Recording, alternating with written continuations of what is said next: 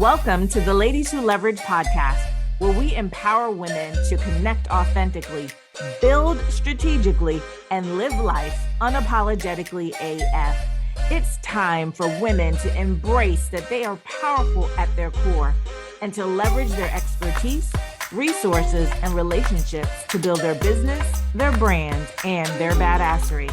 I'm your host, Kelly Charles Collins, and we invite you to subscribe to the Ladies Who Leverage podcast. Our episodes drop every Monday at 9 a.m. Eastern. So listen, enjoy, share, and subscribe. Welcome to the Ladies Who Leverage podcast. We have another great episode, and today we have a special guest. She's not just a guest, she's actually my dear friend. Her name is Claudia-Jean Virga. And so let me tell you a little bit about her before we get into all of her magnificence. So Claudia-Jean Virga specializes in helping people create deeper connections and becoming a communication rock star. Claudia-Jean is the founder and creator of the Chat communication system, which we're going to talk about today. And she's also an author, professional speaker and trainer. She's a 2-time TEDx speaker, a curator for TEDx, and a coach for TEDx. And both of her TEDx talks took the leap to TED.com. Claudia-Jean has appeared in national magazines such as Shape and Women's First. She has delivered training, seminars, and workshops for companies like United Way, Sumter State College, and the YMCA. When Claudia-Jean is not working, she is driving her Lady G, that's her motorcycle. She salsa dances, spends time with her sons, friends, and family, or she feeds her gypsy heart by traveling and finding new and great adventures. And y'all can see that when you, the women who are on this show all the time on the podcast, you see that we do a lot of different things, right? And that's what I love about women, that we can do so many different things and be brilliant at most of them. So Claudia, welcome to the Ladies Who Leverage podcast. How are you, my friend? I'm doing so well. Thanks for having me here. Wow, that's an amazing introduction. I mean, well, actually, I wrote it, right? So that's why I'm like, oh, I'm so shy, but I wrote that. So right. But it's so funny, sometimes when you're being introduced and you listen, you forget sometimes the things that you've done. And so when someone else reads about you and reads it, you're like, oh yeah, that is me. Right. And sometimes it's such a great thing to just have that reminder that, yeah, I did that. I did all of that. Yes, I'm just going to keep this and I'm going to play it over and over and over again. So I remember often. So thank you. You're welcome.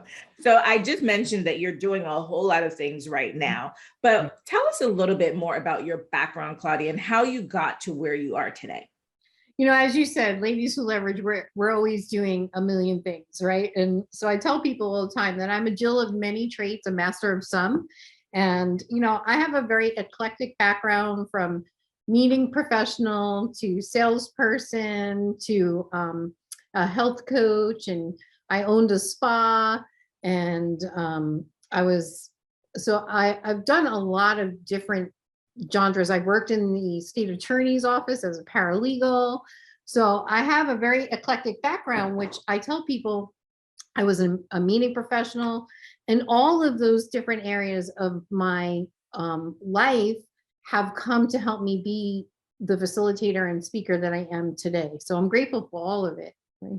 Yeah, I love that you say that, because so many times people hear that, oh, I was this and I was this. And people think sometimes that means that you're indecisive, that, you're just going all over the place, that you don't even really know what you're doing. Because I think about sometimes, all the things that I've done, and the same thing that you just said, that all of those things that I did and all of those things that you did bring you to this place. And so for those, of you who are watching or listening, and you're thinking, oh my gosh, I must seem like I'm a flighty person, or I'm indecisive, or, I can't just do anything, right? It seems like I just keep going from here to there. Don't worry about that, right? Take all the skills that you get in all of those spaces, the relationships, everything, and use that, leverage it, to go and do the thing that one day will come to you and say, this is my calling, right? This is the thing that's pulling me here.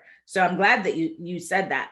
And so when you say that, those things brought you to where you are now, tell us briefly where you are now. And I want to break it down because there's so many things that you're doing, and how you and I met was through, you being a speaker. So I want to go back just a little bit to give them, just the lay of the land of how you came to be where you are now, especially with the chat communication system. Yeah. And it's interesting, Kelly, that you say that, because I have been called all those things: indecisive, flaky. I've gotten it all. She doesn't settle down, and I used to judge myself for that, right? I used to make myself feel bad. And now I'm like, thank you, because I teach in my facilitations that everything's renegotiable. And I mean, everything is renegotiable. So it doesn't mean that if you try something that you have to stick with it. It's not a life sentence, right? And so I think a lot of people feel like they have to do this one job for 30 years of their life and be miserable, as opposed to renegotiating it and trying something new. And then there's just people who do self-mastery, that they go out and they try things and they master it, and then they get kind of bored and they move on and do something else. So it's funny how we judge each other for those things, but it's made me very eclectic. So to get back to your point, yes, we met when I was speaking. I was actually an associate dean at the National Speakers Association. And that's a passion of mine, is helping people find their voice. And it's not even find their voice, Kelly. It's like reconnecting with your voice. Yeah. I always say that. I say, especially for women, because they're always talking about women lose, finding your voice. And I'm like, we've never lost it. So there's nothing to find. It might just be, we need to amplify it. We might need to use it. We might need to leverage it. Right. Right. Or reconnect with it. Right. Yeah. Because especially as women, we're taught at a very early age, don't say those things, or, depending upon your background. I don't want to speak to the masses. I always say to people, when you speak to the masses, you end up in trouble. Right. And so, but I have found that, so it's not that we lost our voice, or we need to find it. It's just that we need to reconnect with it, amplify it, as you say, learn how to use our volume, come off of mute. And so I completely agree with you. That's a passion of mine, is helping people reconnect with their voice, and through speaking, and whether it be from a TEDx stage, or just somebody in the corporate office who needs to give a presentation, or just to have communication that doesn't end up in an argument. Yeah. And it's funny because you talk about, helping people with speaking, and, many people think of speaking in terms of, oh, well, I have to be a professional speaker and I have to be on this stage, or I have to be doing that. But no, like, speaking is about communication. And so we have to communicate every single day. It doesn't matter what your job is. It doesn't matter what your role is. It doesn't matter where you are in life. You have to communicate. And so, learning the skills of speaking, and learning from your chat communication system, which we're going to talk about in more detail, is so vitally important, no matter what walk of life, what stage of life you're in. What do you think about that? Oh, Kelly, you and I both agree. We both agree that words matter, right? We both, and I tell people this: when you think that communication is important, or I hear it's a soft skill, or, we kind of downplay communication. Yes. And I'm like, okay, if you think about the history of communication, if you go back in time, back to the caveman years, communication is actually what helped us stay alive, right? We wrote on cave walls around mountain number 3, there's a lion there, so be careful. Like, that's what kept us alive to survive. And if you think about some of your worst memories, they're made off of somebody else's words, right? So when we say communication is important, it's a soft skill, and I'm like, really? Because you can create words with, you can create peace with your words, or you can create war. And that's at any level. That's from in your family, in your communities, at the world at large, in politics, right? So words matter. I think we both agree on that, right? Communication is highly important. And unless you're a monk, and even monks need to communicate, right? So and they chant, don't they? They chant, don't they? They chant, yeah. So that's a form of communication. Absolutely. So yeah, I'm in agreement with you. Words matter, and communication is extremely important, and everybody has to do it. And the problem is, for me, what I see is we all view things through different filters, right? You have a different education than I have. You have a different background than me. You grew up in a different family environment. You went to to different schools. You have different associations with different words and the meanings of those words. And so communication can get really messy really quickly if we start to think about, well, that's just your filter, and now I have to talk to 25 people in a room who have 25 different filters, and how do I make sure that I'm communicating to them effectively so that they're not misunderstanding or hearing through their filter and I'm speaking through mine. And then we have this, I always tell people, you're trying to get to the same place, but we're just getting there from a different avenue, right? And so we're running parallel, but we're missing the mark because a word to you means something different to me. Yeah, absolutely. And I want to talk to you because I know that goes into chat, but before we get into chat, I want to talk to you a little bit more about being a TEDx speaker, because there are probably, people listening, women listening to this podcast or watching the podcast who are intrigued by being a TEDx speaker, have a dream of being a TEDx speaker. I know that, it was something that I wrote down on a piece of paper and said, I want to do this. And you've not only been a TEDx speaker twice, you've been a coach and a curator. So talk to us just, briefly about TEDx, why, how it's different, because I found that it was a very different way of communicating. So again, there's different ways to communicate. And then, what is the difference between you being a coach and a curator? Oh, okay. Oh, I love this topic, Kelly. I love this topic. We could do the whole episode just on this. Yep. I'm passionate about the TED community and the TEDx community. I think a lot of people I hear people say to me, oh, I want to do, a TED talk. And I was like, well, that's invitation only. So you have to be invited. It couldn't happen. I don't want to crush anybody's dreams. Right. Totally can happen, but it's an invitation only, where TEDx are individually organized events, and everybody who's part of it is a volunteer. So nobody is actually paid for their services. And as a curator, what you're looking to do is find people who have an idea worth sharing. And a lot of people want to deliver TEDx talks, but what they would consider an idea worth sharing through TEDx is a different spin. And it could be an idea that's been around before, but you have to have a personal story or something around it that only you can tell. And that's what makes a TEDx talk a really good TEDx talk. And the reason that the format's different is because they're just that. They're talks. They're meant to inspire conversation. They're meant for you to go in and hear somebody stand on a TEDx stage and deliver the idea worth sharing with their personal spin to it, and then leave and have a different conversation. So for an example, in TEDx Eustis last year of 2021, actually this year of 2021, there was a young lady who spoke about hospice in the prison. And a lot of people were like, who cares about hospice in the prison, right? They're prisoners. Like, that was some of the people's thing, right or wrong, no judgment, right? But when they left, they were like, I never thought about it from that perspective. And that's what TED Talks or TEDx Talks are supposed to do.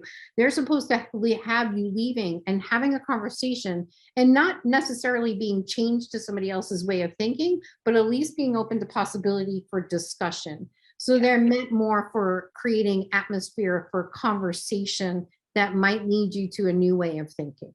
Yeah, I'm glad that you explained it that way, because I think a lot of people think, I'm a speaker, or I've done this and I can go do a TEDx. I'm a lawyer, and it was really hard for me when I did my TEDx of getting to that point of it being a talk. Right? Because if you're so used to being a professional speaker and people are like all into what you're saying, or you're a trainer, so you're doing like step by step or showing somebody how to do something, and being a lawyer and being an advocate, right, for whatever side you're on, it is a very interesting way to communicate an idea, right? And to do it in such a short period of time, right? To have to really round out an entire topic within such a short period of time, and to really tie this into what we're going to talk about now with regards to chat, to tie it in such a way that different people can hear it and absorb it, right? Because we learn differently, we comprehend differently. And so that was a really interesting thing. I remember my TEDx coach, talking to me about the words, right? And what is the intention behind this word? Like, she just kept, what is the intention of this section? What is the intention of this sentence? I was just like, whatever, like in the beginning, I was just like, huh? And she's like, and how are you going to move? And what are you going to do? And that just goes to, what you talk about all the time, Claudia, about speaking to people the way they want to be spoken to. Yes. Right? Because that's part of this whole ability to communicate in a way that people can hear you. So talk to us about chat, what chat means, and because I know it's an entire system, and people can learn the way that they best communicate, right? And learn how other people can communicate. And I hope I didn't mess any of that up. No, it's perfect however you delivered it. But just to go back really quick to follow up on something you said about TEDx. I tell people, especially professional speakers, they come into TEDx and they think they're just going to come up there and throw up their PowerPoint. And at TEDx Eustis, they're unique in the way that nobody gets no PowerPoint at all. Oh, really? Yeah, I didn't use PowerPoint. No PowerPoint. You didn't need PowerPoint. You were on point. You didn't watch Kelly's TEDx talk, go watch it because it's amazing. And I'm biased. Oh, but stick a pin right there, as Jamaican say. Claudia is the one who helped me come up with the topic, so I have to give her credit for that. Well, thank you, but you're the one that has to stand on the stage and it's out in cyberspace with your name on it. So technically, right. And that's what I tell speakers, like, listen, you have to, at the end of the day, you have to love your speech. Mm-hmm. Like you have to love it because your name on it is the one that's going to be out in cyberspace for the rest of your life. Like once it's on the web, we know you can't take it down, right? It's out there forever. So you got to make sure that you love it. And I always tell people it's your first TEDx talk, not your last TEDx talk. So you don't need to throw everything in and plus the kitchen sink. Stick to one idea and then deliver that really well, and then come back and, put in another idea or sharing that throws in a different part of the sink, the kitchen. So like stick to one thing at a time. And I always tell people TEDx Talks, Kelly, tell me if you believe this, TEDx Talk, was it harder and took more time than you thought it was going to take? Oh yeah. Way harder. I mean, I was still practicing full time at the time, practicing law full time when I was doing that. And I would work all day and come home, and my coach was in Japan. And so like for 4 hours at night from July till I did my TEDx in November, from July basically till the day before I did the talk. I mean, hours upon hours of just practicing and trying to get it right and trying to make it so that it is an idea worth sharing, an idea that will produce conversations, right? Yep. That's the goal of it, right? Yeah. And so I always tell people who are interested in it, if you just know that however long you think it's going to take, multiply that by a few more, it's going to be one of the hardest things that you've done. But also equally, are you really proud of your TEDx talk? Oh, yeah. The product is great, right? It's funny because I think to myself, like, would I ever do it again? I don't know that I would do another one. I love the experience, but I don't know that I would do another one. But I think, what you're saying is so true, especially for a lot of professional speakers who want to be, on the TEDx stage. It's not just about regurgitating, what you already have done. And as a matter of fact, you can't regurgitate what you have done, right? It has to be something really new. Yes. So it was a really interesting experience. And that I was really sick on the day of my TEDx, but I think it's awesome. And I as I think about it, I had never really thought about it before talking to you right now in terms of the connection to what you talk about every day in terms of chat, right? And communicating to people in the way that they can hear you. Yeah. So, yeah. So tell us about chat. Okay. So, and you mentioned it earlier. So you might be familiar with the golden rule, right? The golden rule, Kelly, what's the golden rule? You know it? Others like you want to be treated. That's right. So Kelly, if I'm somebody who loves to, and I know this is going to be like nails on a chalkboard for you, so that's why I'm using this example. So Kelly, if I treat you the way that I want to be treated, right? Let's just say I'm somebody who loves details and I love small talk, right? I love details and I love small talk. And I'm like, I'm going to treat you, Kelly, you the way that I want to be treated. So I'm like, Kelly, you know what I did today? At 12 o'clock, I did this. And at 12:01, I did this. And oh my goodness, my brother's kids, they did the craziest thing, Kelly. My brother's kids, you don't even know my brother. You don't know his kids. And I'm like, oh, wait, but back to 12:05, I went and had lunch and I went to this new restaurant that was around the corner. And I was going to order this, but then I decided, no, I always get that. Let's try something new. So I went crazy and I put lime in my water instead of lemon. Oh my I would be going crazy. So the golden rule in that instance doesn't actually work, right? You're going crazy in your mind. You're like, girl, get to the point. Shut up. I can hear you. I hear what you're saying. They're like, I don't really care about your lime in your water or whatever the case might be, because you're a get to the point, big picture kind of person. So if I start talking about all of these details, if I start talking about, small talk, you're like, I don't have time for small talk. Like, get to it. What is it? And so the golden rule doesn't apply. So are you familiar with the platinum rule? Yeah. What's the Treat platinum? people the way they want to be treated. Oh, see, right there. So now you might be saying, so for you, right? I just said it. I want to get to the point and I want to give you big picture. That's how you prefer to be communicated with. Is that correct? Yeah. All right. So now people might be saying, well, how do I know?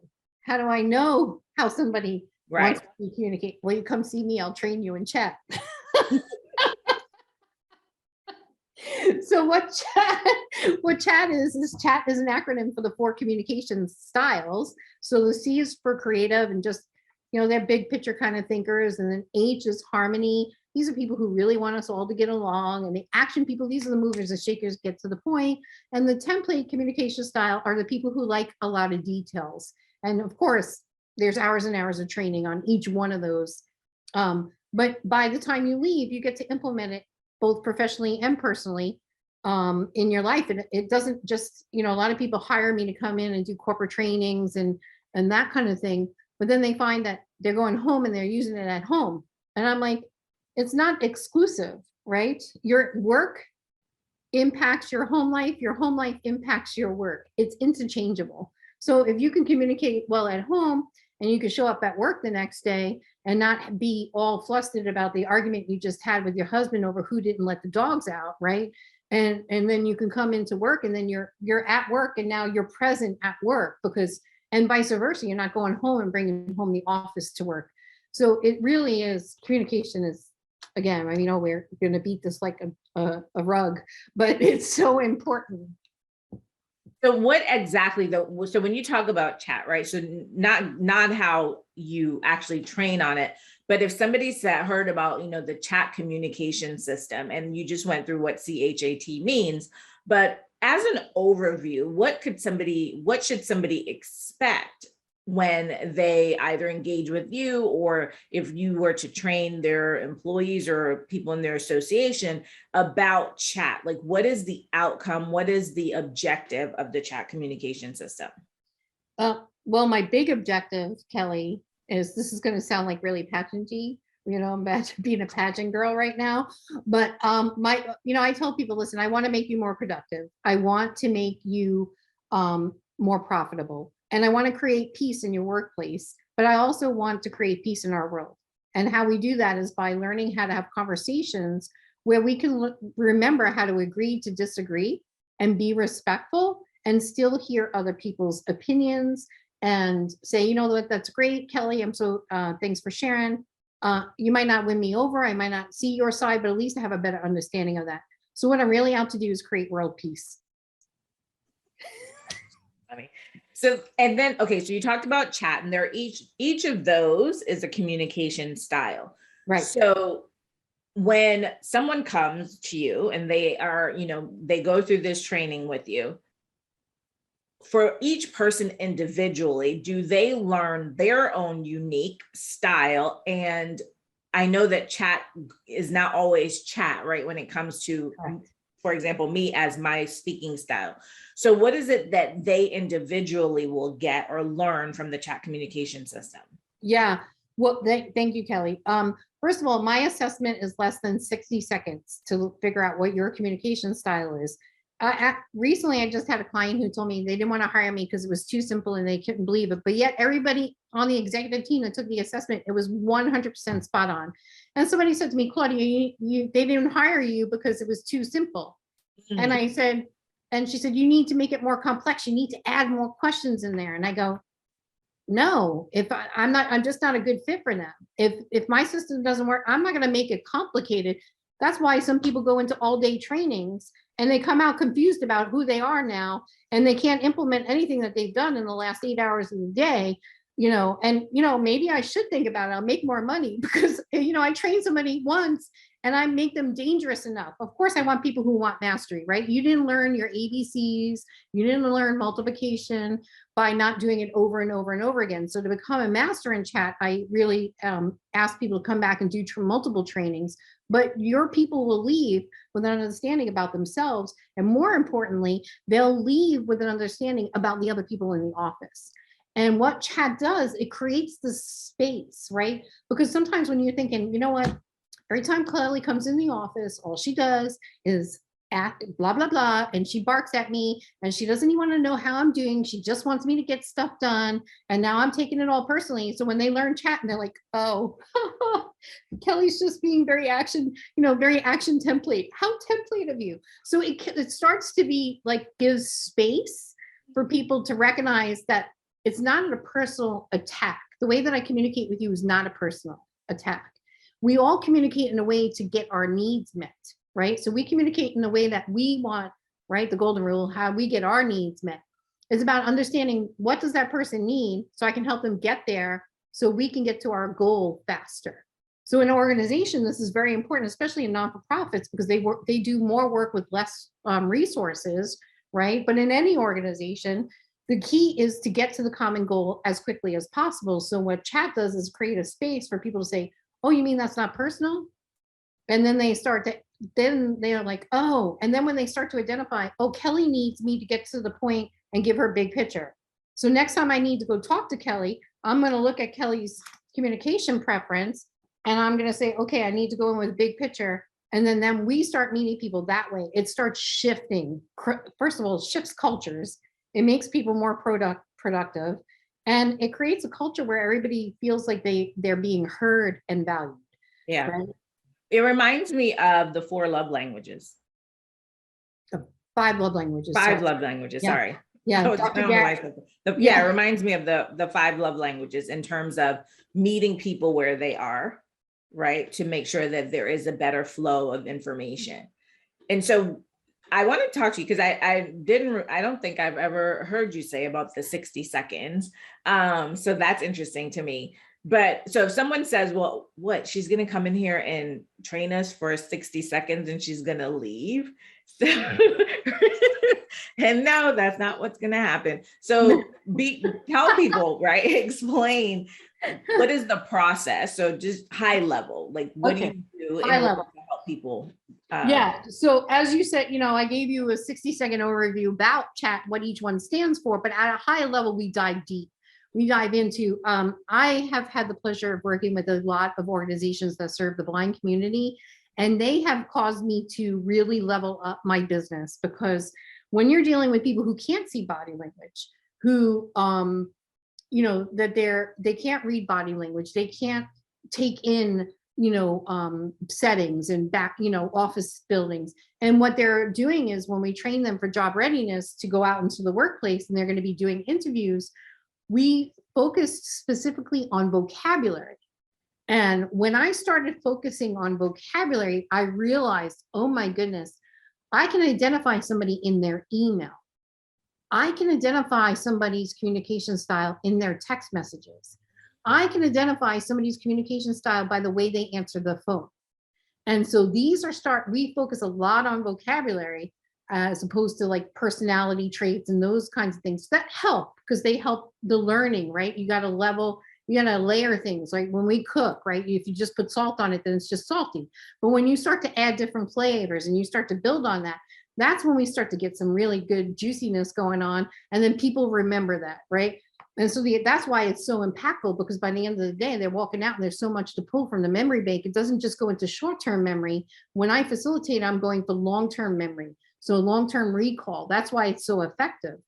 And, but anyhow, we focus a lot on vocabulary.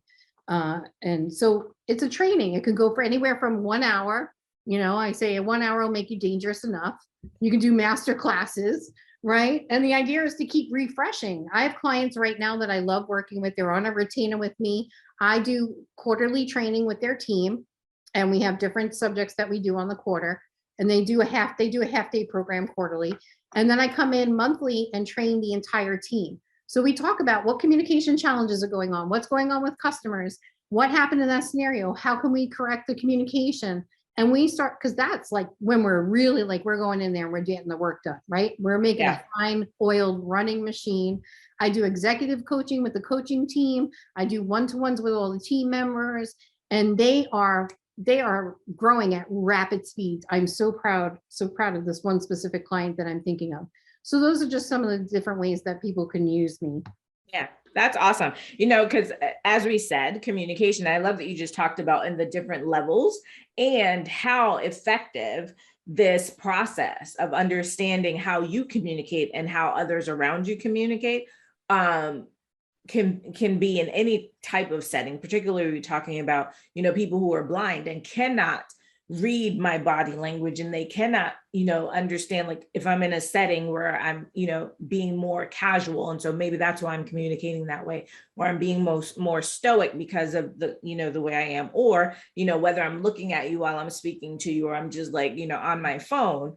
And so going back to what we were saying earlier about words matter, right? And words have power. That really is a great example of that, because communicating to them, right, verbally with your words is really important, right? And even when you write, if it's translated into Braille, same thing, right? It's still about the words that you're using. So I love that. I really Yeah, and they have equipment that's called JAWS. So they go in, and if you hear, they'll read emails in JAWS. It's a machine that actually reads their email out loud to them also. Okay. So words definitely matter. And you know, I'm so grateful for being in that industry, because it really caused me to up level and concentrate more on, you know, written word, verbal communication, and take away all the other stuff that we're looking at, you know, body language and, you know, your clothing, and, you know, let's remove all of that so we get to the clear communication. You know, it's so funny that you mentioned the 5 love languages. So I've been obsessed with the 5 love languages for a long time. And I always thought, how does my science line up, right? Because I'm always comparing my product, you know, my methodology to other kinds of methodology. And I'm a big fan of the 5 love languages. I use it with my clients. I want to know, what's their love language?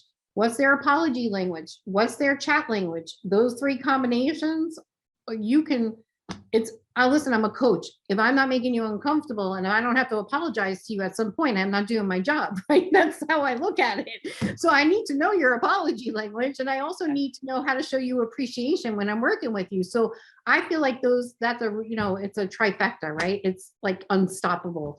And for a while I was like, how does my science fit in their science? And it drove me crazy, because I go with sticky pads. I'm always with the sticky pad. And I've got stuff up on walls, and I'm trying to figure it all out, putting the puzzle together. And one day I was coaching my mentor, and she said to me, she was sharing with me about her relationship, and she took her partner out because his love language was acts of service. And she took him out to a fancy dinner. She paid for the dinner, and she took him to a movie, and acts of service and gifts, okay, was his love language. But it backfired. He ended up like, he was so upset. And she called me up. She's like, I don't understand. And I said, well, what's his chat language? Well, he's a template action, right?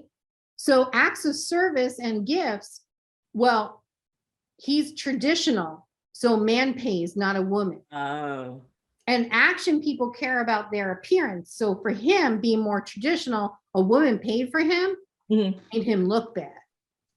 Oh. What she thought she was feeding to his acts of service, right, and gifts, was actually working against her, because see, this is where it's so exciting. I'm going to totally geek out on you. Okay. I'm totally geeking out right now.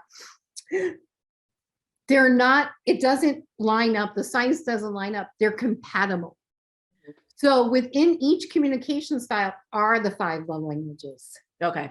So you can be an action with one of the 5 love languages. See, I was trying to fit my 4 into their 5, right? And then I realized, no, it's integratable. So if she had packed a picnic or cooked him the more traditional female role of cooking dinner or packing a picnic, Okay. that would have been a great act of service and Okay. a gift, according to his communication style. And I had this moment, so I'm doing all this research right now on how it's like the moment, it must, if I had to imagine that being like any kind of moment, it was like when the chocolate bar fell into the peanut butter and somebody created Reese's Pieces. You're so silly. I am, I am quirky and I embrace it, right? Like, Yeah. it's just who I am. This is who you get, when I facilitate. And we love you. Thank you. We love all of the quirkiness. All of it. We love you. All my nooks and crannies. That's right. That's right. So Claudia, because we're gonna be wrapping up in a minute. If what is one piece of advice? So everyone is communicating in all kinds of ways now, right? Now we've learned how to get on Zoom, and everybody's on Zoom. A lot of things are virtual. A lot of, if you had to give people like one piece of advice around effective communication, what would that be? Okay. And it's so funny because on Zoom, I can tell what kind of communication style by what tools you're using in Zoom, or if you have your camera on or off. So there's ways of that too. But anyhow, that's a whole nother story. But the one piece of advice that I would give is be a good listener. You don't even need to be trained. Listen, of course, I want you to come and use my products, right? Because they're good and they change lives in big ways. And they make, of course, more profitable and, efficient and all those other things. But I would say be a good listener, because in this society, I mean, you look at it, Kelly, we got social media, everybody's standing on their platform, and we're constantly spitting out what our needs are, right? And there's nothing wrong with that. But if we're all just spitting out information, who's actually receiving it? Number one. Let me ask you, Kelly, when was the last time that you felt that you had a conversation? And I know you're supported by great women, so I know that this wasn't too long ago for you. But when was the last time that you had a conversation where you really felt like you were heard? Yesterday. Okay. So you can remember it, right? And I know you know who that person was. You don't have to say who it is, but you know who that person was, right? Now, how does that make you feel? Good. It makes you feel really good. Value, right? And value. Mm-hmm. Now, when you think about that person, what would you do for that person if they needed your help? Help them. Why? Because they help me, because they value me. When people value you, right? And that's, I love that you say listen, because for me as a lawyer, I'm trained to listen, right? And I think, and so that's why, like on this podcast, I have people who say, oh, can you send me questions? No, I don't do questions. I listen, right? And I always tell people, I'm listening to what you're saying, and I follow the conversation, and I will ask you questions based on that. So yes, I love that you say listen and listen. So I'm going to add to this part where you say listen to understand, not listen to respond. That's correct. So listen to hear, not listen to respond is what I teach. Same thing, different package, right? And I tell people same as you. When I was in television production, the gold was always in the question that I didn't have in my pre-workup. So I agree with you. Don't write out questions. Let's follow the conversation and pick it up from wherever it is, because the gold is always in the follow-up that was not prepared. That's for. Right. And in order for you to do that, you actually have to be listening, right? And so when you listen to somebody and they truly feel like they're being heard, if somebody is raising their volume, you are not listening, or they don't feel like you might be listening, but you might be off somewhere else too, because people raise their volume when they feel like they're not being heard. Yeah. And so making sure that you listen to somebody for the reasons that you just said, right? You remember who it was. You also think very highly of that person. And if that person should ever need you, you would do anything that you could to help them. And so when we start to give first, it naturally comes, right, to receive. It's a natural flow of things. And guess what? Listening to somebody to hear them, Kelly, cost nothing. Nothing. Zero. So true. Nothing. So And it's true. priceless. It's Yeah, priceless. absolutely. Absolutely. Well, Claudia, this was a great conversation, a great chat. We had a great chat today. So if people wanted to reach you, how could they reach you? Sure. I'm on LinkedIn. So it's Claudia-Jean Virga with a V on LinkedIn. Or you can go to my website, thechatsystem.com, and send us a little note, and we can have a complimentary chat for 15 minutes and see if we're a good fit. Right. I want to be of service to people who are a good fit. So, one of my clients said to me that she loves my program because it is so simple, and that in the simple, she knows that in the simple, there's a brilliant mind behind it, because only brilliant minds can narrow things down to simple. So you are a brilliant mind. Well, thank you, my dear friend. Mwah. So thank you so much, Claudia, for being on the Ladies Who Leverage podcast. Thank you to you all for listening and for watching. If you're watching it on video, we are so excited that you're always joining us. Remember, every Monday at 9 a.m. Eastern Standard Time, our new episodes drop. And to make sure that you never miss an episode, subscribe to the Ladies Who Leverage podcast. And you've heard Claudia mentioned Ladies Who Leverage. She is a member of Ladies Who Leverage, and we are an awesome community of badass female entrepreneurs. And our whole goal is to help you connect authentically, build your business strategically, and live life unapologetically AF. So if you're a female entrepreneur, or you know someone who is, and they need a safe and supportive ecosystem where they're able to do all of those things, then you need to have them, or you go to lwlcollab.com. That's LWLCOLLAB as in boy.com. Thank you for joining us. This podcast has been brought to you by Lady Lawyer Media. Make sure that you subscribe so that you never miss an episode. And if you are a female entrepreneur or business owner, and you're looking for a safe, supportive ecosystem to create and share ideas and information, build a thriving business, and live life unapologetically AF, then I'd invite you to apply to Ladies Who Leverage. We're an exclusive community of badass female entrepreneurs. So if that sounds like you, go to www.lwlcollab.com. That's LWLCOLLAB as in boy.com, so that you can apply to join us in our amazing badass network. And until then, I want you to unleash your badassery and live life unapologetically AF.